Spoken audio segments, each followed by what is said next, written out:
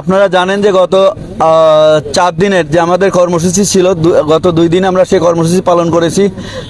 আর আগামীকাল এবং পরশুদিন অর্ধ দিবস আমাদের হরতাল ছিল। সেই হরতালকে জনস্বার্থে এবং আমাদের এখানে হিন্দু সম্প্রদায়ের ভাইয়েরা উপস্থিত আছেন, তাদের একটি আবেদন ছিল দুর্গা পূজা উৎসবের জন্য এই হরতালের তাদের কাজকর্ম করতে বা এই বাজারঘাটে তাদের এটা একটু সমস্যার কারণ হয়ে দাঁড়িয়েছে হরতাল।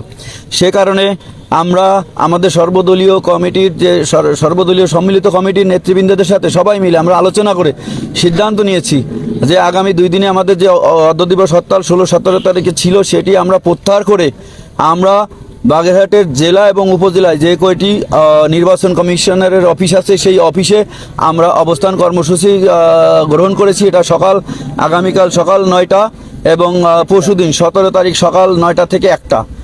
আমাদের 2 দিন হরতাল ছিল। 2 দিনেই আপনার সকাল অর্ধ দিবসের হরতাল ছিল।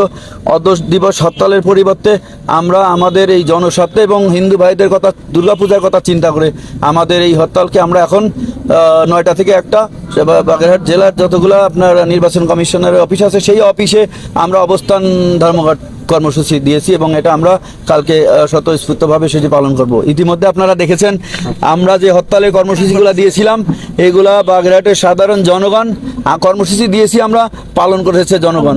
সাধারণ জনগণ আমাদের সাথে আছে। ইনশাল্লাহ আমাদের এই জনগণকে সাথে নিয়েই আমরা এই নির্বাচন কমিশনের অফিসে যে অবস্থান কর্মসূচি দিয়েছি সেটি আমরা পালন করব। ধন্যবাদ।